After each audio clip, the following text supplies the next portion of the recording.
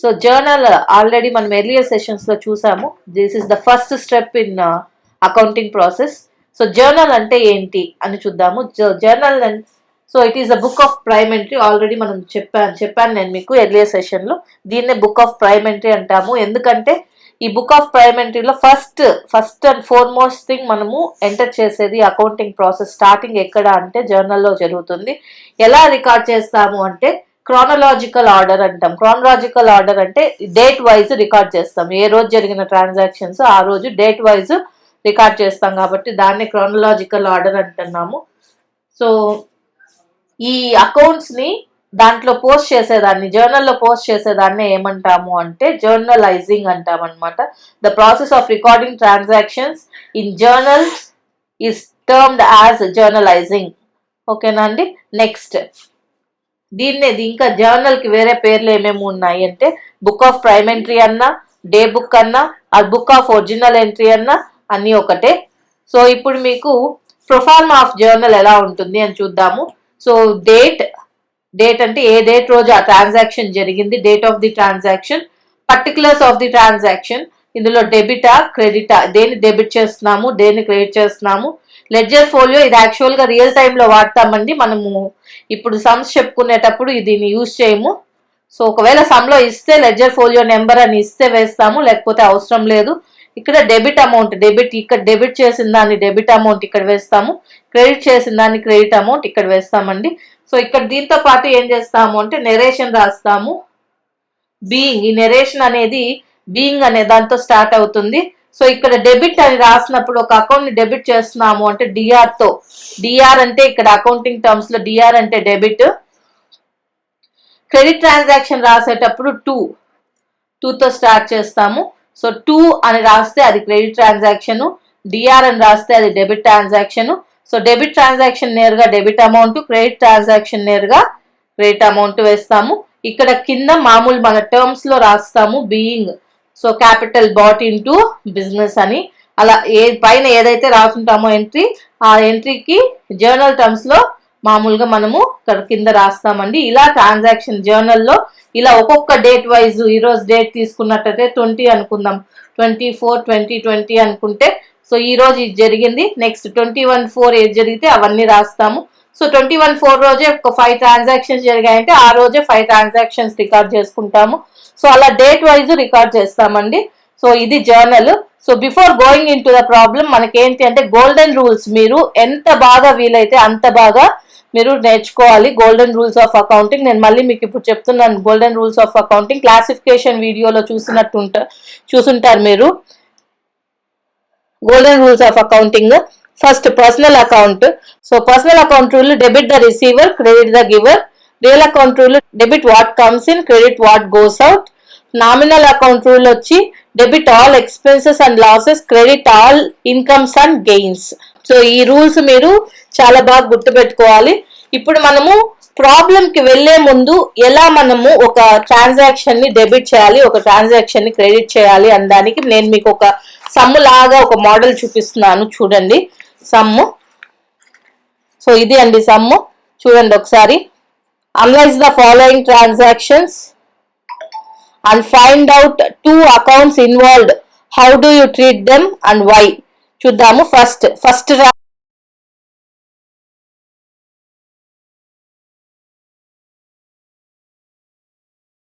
దాంట్లో first Ganesh started his business with cash and January 3rd ఏం జరిగిందంటే borrowed from Rao. 5th purchased machinery. మళ్ళీ January 5th purchased furniture from Raj on credit. Next, January 8th purchased goods for cash.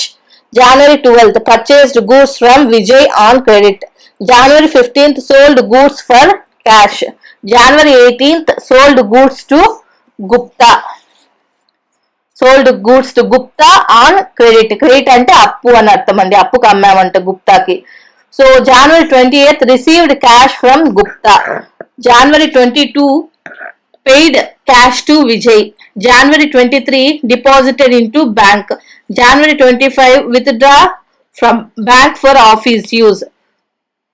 January 30 withdrew cash for personal use.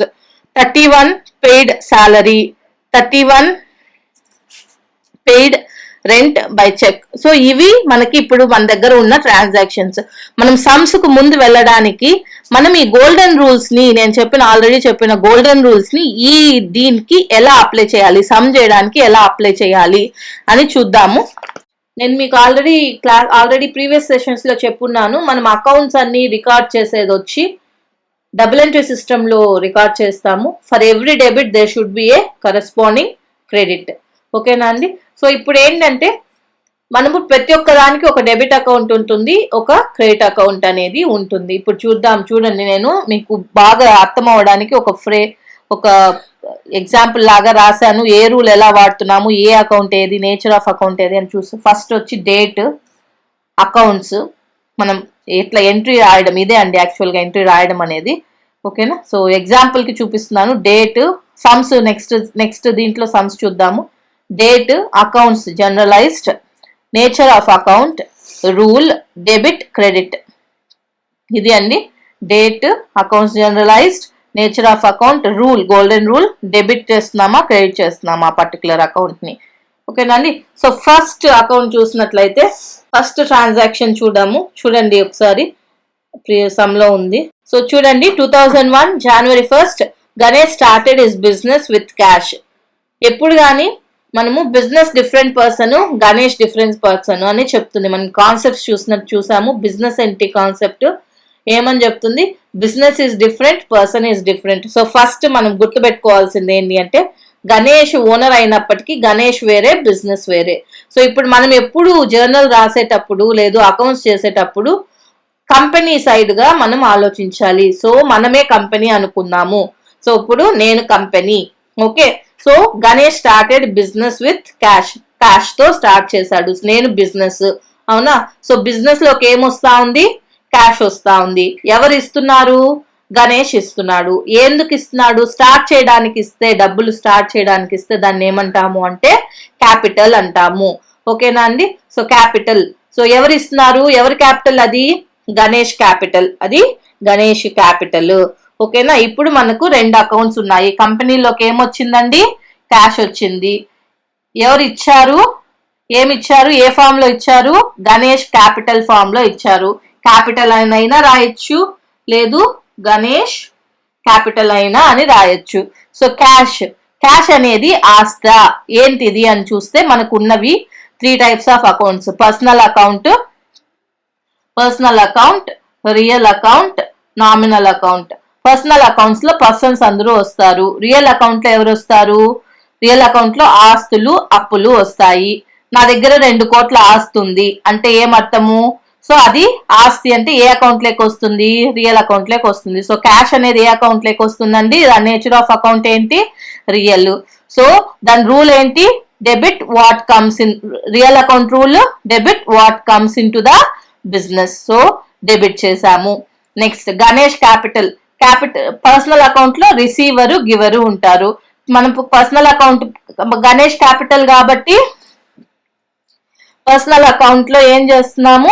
Personal account ఎవరు? గణేష్ మనకు ఇస్తున్నాడు, అవునా? Ganesh giver. So giver ఏం చేయాలి? Debit the receiver, credit the giver. So credit the giver. So Ganesh capital అనేది ఏం account అండి? Personal account. కాబట్టి దాన్ని ఏం చేస్తున్నాము? పర్సనల్ అకౌంట్ లో రూల్ ఏంటి? గివర్ కాబట్టి గివర్ ఏం చేయాలి? Credit the giver of the benefit. So credit చేసాము. ఇది ఫస్ట్ ట్రాన్సాక్షన్ అయిపోయింది. నెక్స్ట్ January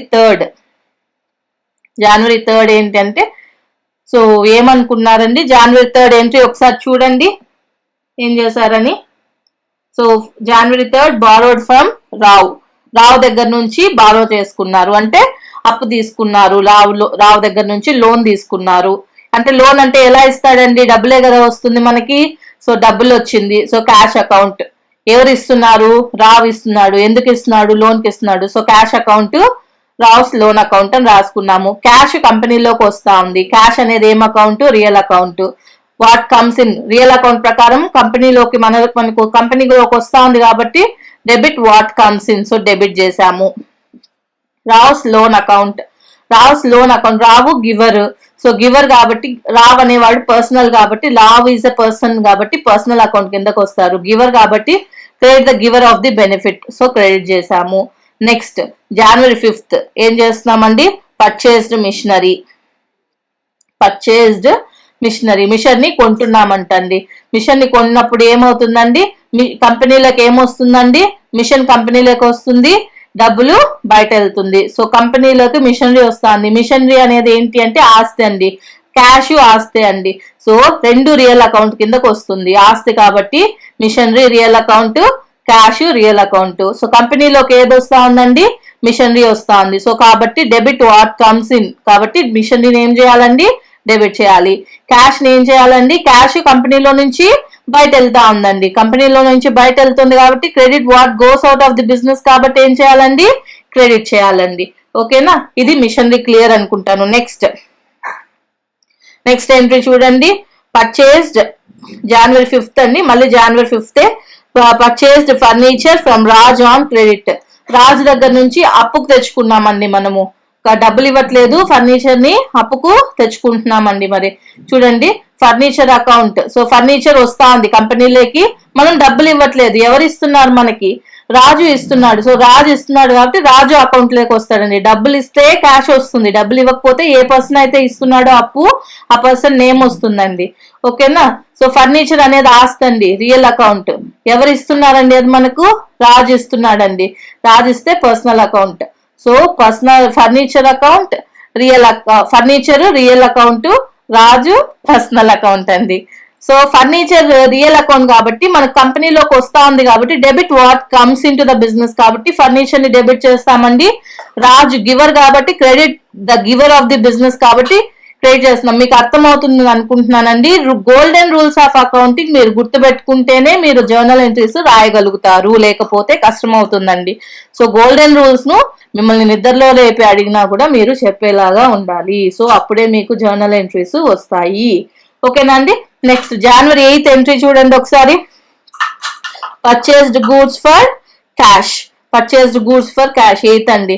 సో పర్చేజెస్ అనేది ఏంటి అంటే రియల్ అండి, అంటే గూడ్స్ అండి, మనం గూడ్స్ పర్చేస్ చేస్తున్నామండి. గూడ్స్ కాబట్టి అది ఆస్తి అండి. నా దగ్గర ఇంత వాల్యూ స్టాక్ ఉంది, 1,00,000 వాల్యూ స్టాక్ ఉంది అంటే అది ఆస్తి కదండి. సో కాబట్టి పర్చేజెస్ ఎప్పుడు ఏమండి, రియల్ అకౌంట్ అండి. సో పర్చేజెస్ అన్నప్పుడు, పర్చేజ్ అంటే కొనుక్కుంటున్నప్పుడు మనకి ఏమొస్తుందండి, గూడ్స్ లోపలికి వస్తాయండి. సో లోపలికి వస్తున్నాయి కాబట్టి రియల్ అకౌంట్ అండి. అదే క్యాష్ అనుకోండి, పర్చేస్ చేసినప్పుడు క్యాష్ బయట వెళ్తుంది, మనం కొట్టుకెళ్ళాము, వస్తువులు కొనుక్కుంటాము, డబ్బులు ఇచ్చేస్తాము. సో వస్తువులు వస్తున్నాయి, డబ్బులు పోతున్నాయి. సో రియల్ అకౌంట్ ప్రకారము debit what comes in, credit what goes out. Simple అండి. వస్తువు వచ్చింది కాబట్టి వస్తువుల్ని పర్చేస్ రూపంలో డెబిట్ చేస్తున్నాము, క్యాష్ వెళ్తుంది కాబట్టి క్యాష్ ని క్రెడిట్ చేస్తున్నామండి. రెండు రియల్ అకౌంట్స్. ఓకేనా అండి. Purchases cash, real account, debit what comes in to the business, credit what goes out of the business అండి. నెక్స్ట్ January 12th చూడండి, ఎంట్రీ ఏంటి, purchased goods from Vijay on credit. So అప్పు కొనుక్కున్నామండి, ఇక్కడ cash కొన్నాము. అదే అప్పు కొంటే ఆల్రెడీ చెప్పాను, ఏదైనా మనం అప్పు కొన్నప్పుడు ఆ పర్సన్ ఎవరైతే అప్పు ఇస్తున్నారో ఆ పర్సన్ మన బుక్స్ లోకి వచ్చేస్తాడండి. సో పర్చేజెస్ ఉంది, విజయ్ ఉందండి. Purchase goods from Vijay, cash ఇవ్వట్లేదు కాబట్టి విజయ్ బుక్స్ లోకి వచ్చాడండి. So purchase account Vijay account అండి. పర్చేస్ కాబట్టి మన గూడ్స్ ఇన్ కాబట్టి పర్చేసెస్ రియల్, విజయ్ పర్సనల్ అండి. పర్చేసెస్ గూడ్స్ కి వస్తున్నాయి, debit what comes in to the business కాబట్టి డెబిట్ చేసామండి. Then Vijay account personal account is giver కాబట్టి క్రెడిట్ చేస్తున్నామండి. Credit the giver of the benefit అండి, అదనమాట. నెక్స్ట్ January 15th చూడండి entry, sold goods for cash. Cash అమ్మేస్తున్నామండి.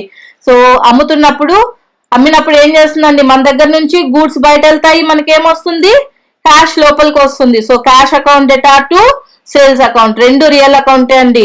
Purchases real, sales real, cash real, machinery real, furniture real. So ఆస్తులు ఏమైనా కూడా ఏమండి మనకి అన్ని రియల్ అకౌంట్ కిందకే వస్తాయి. ఈ ఎంట్రీలో వస్తువులు అమ్ముతున్నాము అంటే బయటకు వెళ్తున్నాయి వస్తువులు. సో ఏ రూపంలో వెళ్తున్నాయండి, సేల్స్ రూపంలో వెళ్తున్నాయి. సో కాబట్టి రియల్ కాబట్టి credit what goes out of the business, కంపెనీలోకి ఏమొస్తా ఉంది, క్యాష్ వస్తా ఉంది. So debit what comes in to the business, real. ఓకేనండి, డెబిట్ క్రెడిట్. నెక్స్ట్ అండి January 18th ఎంట్రీ చూడండి ఒకసారి, sold goods to Gupta on credit. గుప్తాకి ఏం చేశారంట, అమ్మారంటండి. ఎలా అమ్మారు? అప్పుకు అమ్మారు. సో ఎవరు తీసుకుంటున్నారు గూడ్స్ ని? రిసీవరా? గుప్తా రిసీవరా గివరా అండి? గుప్తా పర్సనల్ అకౌంట్, అవునా? పర్సనల్ నేమ్ కనిపిస్తే వాళ్ళు పర్సనల్ అకౌంట్ లోకి వస్తారు. గుప్తాకి ఏం చేస్తున్నామండి? గుప్తాకి సేల్ చేస్తున్నాం. గుప్తా గూడ్స్ రిసీవ్ చేసుకుంటున్నాడు. పర్సనల్ అకౌంట్ లో రిసీవర్ ఏం చేయాలి? Debit the receiver of the benefit. So debit చేస్తాము. Next sales. సేల్స్ సేల్ చేస్తున్నాం. మన దగ్గర నుంచి గూడ్స్ బయట వెళ్తున్నాయి, లోపలికి వస్తున్నాయండి. సేల్స్ అంటే బయట వెళ్తాయండి. So real account, sales real account. Credit what goes out of the business కాబట్టి క్రెడిట్ చేసుకుంటామండి. నెక్స్ట్ ఎంట్రీ చూడండి. January 20 received cash from Gupta. Gupta దగ్గర నుంచి క్యాష్ తీసుకుంటున్నామంటండి. గుప్తా మనకి ఏం చేస్తున్నాడండి? డబ్బులు ఇస్తున్నాడు. మనకేమొస్తా ఉంది? కంపెనీకి క్యాష్ వస్తా ఉంది. ఎవరు ఇస్తున్నారు? గుప్తా ఇస్తున్నారు. రెండు ఉన్నాయి, క్యాష్ ఒకటి, గుప్తా ఒకటి. సో క్యాష్ కంపెనీలోకి వస్తుంది. క్యాష్ వచ్చి రియల్ అకౌంట్, గుప్తా వచ్చి పర్సనల్ అకౌంట్. క్యాష్ కంపెనీలోకి వస్తా ఉంది కాబట్టి what comes in real account ప్రకారం డెబిట్ వాట్ కమ్స్ ఇన్ కాబట్టి డెబిట్ చేస్తాం. ఎవరు ఇస్తున్నారు? గుప్తా ఇస్తున్నారు. Gupta is giver of the money. So giver, so credit the giver of the benefit. So credit చేస్తున్నాము. నెక్స్ట్ ఎంట్రీ చూడండి. January 22 పేడ్ క్యాష్ టు విజయ్కి ఏం చేశామండి? క్యాష్ పే చేసాం. విజయ్ ఏం చేసుకుంటున్నాడు? క్యాష్ ని తీసుకుంటున్నాడు. అంటే విజయ్ ఏమయ్యాడు? రిసీవర్ అయ్యాడు. క్యాష్ ఏమవుతుంది? బయట పోతా ఉంది. సో విజయ్ అనేది పర్సనల్ అకౌంట్, క్యాష్ అనేది రియల్ అకౌంట్. సో విజయ్ ఏం చేసుకుంటున్నాడు? రిసీవ్ చేసుకుంటున్నాడు కాబట్టి debit receiver of the benefit debit చేస్తామండి. క్యాష్ అనేది బయట వెళ్తోంది. Credit what goes out of the business కాబట్టి క్రెడిట్ చేసామండి. ఇది January 22 చూసారు కదా. చూడండి. Next January 23 deposit into bank. ఏం డిపాజిట్ చేస్తామండి? బ్యాంక్ లోకి క్యాష్ డిపాజిట్ చేస్తాము. అంటే రెండు ఐటమ్స్ కనుక్కున్నారా? దీంట్లో ఏమేమి ఉన్నాయి చూడండి. బ్యాంక్ లోకి డిపాజిట్ చేస్తున్నాం. బ్యాంక్ ఒకటి, క్యాష్ ఒకటి, రెండు కనుక్కున్నారు కదా. సో బ్యాంక్ అనేది పర్సనల్ అకౌంట్ అండి. బ్యాంక్ వచ్చి artificial person. It is a company కాబట్టి ఇది ఏంగా వస్తుందండి? పర్సనల్ అకౌంట్ కిందకు వస్తుంది. క్యాష్ అనేది రియల్ అకౌంట్ కిందకు వస్తుంది. ఇప్పుడు మనకు ట్రాన్సాక్షన్ లో బ్యాంక్ వచ్చి రిసీవరా గివరా చూడాలి. బ్యాంక్ ఏం చేస్తున్నామండి? బ్యాంక్ కి డిపాజిట్ చేస్తున్నామంటే బ్యాంక్ వాళ్ళు ఏం చేసుకుంటున్నారు? రిసీవ్ చేసుకుంటున్నారు. సో పర్సనల్ అకౌంట్ ప్రకారం రిసీవర్ ఏం చేయాలి? డెబిట్ చేయాలి. నెక్స్ట్ క్యాష్ అకౌంట్ చూడండి. సో క్యాష్ అకౌంట్ లో క్యాష్ కంపెనీ నుంచి బయట వెళ్తా ఉందా, కంపెనీకి వస్తా ఉందా? క్యాష్ డిపాజిటింగ్ బ్యాంక్ లో కాబట్టి బ్యాంక్ లో డిపాజిట్ చేస్తున్నాం కాబట్టి క్యాష్ బయట వెళ్తుంది. సో క్యాష్ బయట వెళ్తుంది కాబట్టి ఇది ఏం అకౌంట్ అండి? Real account.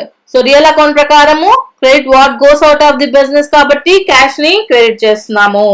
ఓకేనా. Next January 25 with due from bank for office use. ఏం విత్డ్రా చేసుకుంటారండి బ్యాంక్ నుంచి? క్యాష్. మళ్ళీ ఇక్కడ కూడా January 25 కూడా క్యాష్ బ్యాంకే వచ్చాయండి. కాకపోతే ఇప్పుడు ఏం చేస్తున్నాము? బ్యాంక్ వాళ్ళ దగ్గర నుంచి మనం డబ్బులు తీసుకుంటున్నాము. సో ఏం తీసుకుంటున్నాము? క్యాష్. సో క్యాష్ రిసీవ్ చేసుకుంటున్నాము. అవునండి. క్యాష్ అనేది కంపెనీలోకి వస్తా ఉంది. క్యాష్ అకౌంట్, క్యాష్ బ్యాంకు, మళ్ళీ cash real, bank personal. Cash మనము coming in to the business, cash real account. Debit what comes in to the business కాబట్టి ఏం చేయాలండి? డెబిట్ చేయాలి. Cash debit. చూడండి cash account falls under real account. So real cash లోపలికి వస్తా ఉంది, కంపెనీకి విత్ కమ్స్ ఇన్ కాబట్టి ఏం చేస్తున్నామండి? డెబిట్ చేస్తున్నాము. బ్యాంక్ అకౌంట్, బ్యాంక్ వాళ్ళు మనకి పే చేస్తున్నారు. బ్యాంక్ వాళ్ళు పే చేస్తున్నారు అంటే bank is giving the amount. Bank is giving the amount. Credit the giver of the benefit. కాబట్టి బ్యాంక్ ని ఏం చేయాలండి? క్రెడిట్ చేయాలి. ఓకేనా అండి. Next January 30 withdrew cash for personal use. January 30 withdrew cash for personal use. So personal use కి withdraw చేసుకుంటున్నారు. అది క్యాష్ కానీ లేదు ప్రోడక్ట్స్ కానీ గూడ్స్ కానీ ఏదైనా పర్సనల్ యూజ్ కి యూజ్ చేసుకుంటున్నారు అంటే ఏంటంటే ఓనరు తన ఓన్ పర్పస్ కోసము యూజ్ చేసుకుంటే దాన్నే ఒక అకౌంట్ లోకి ట్రాన్స్ఫర్ చేస్తాము. ఆ అకౌంటే డ్రాయింగ్స్.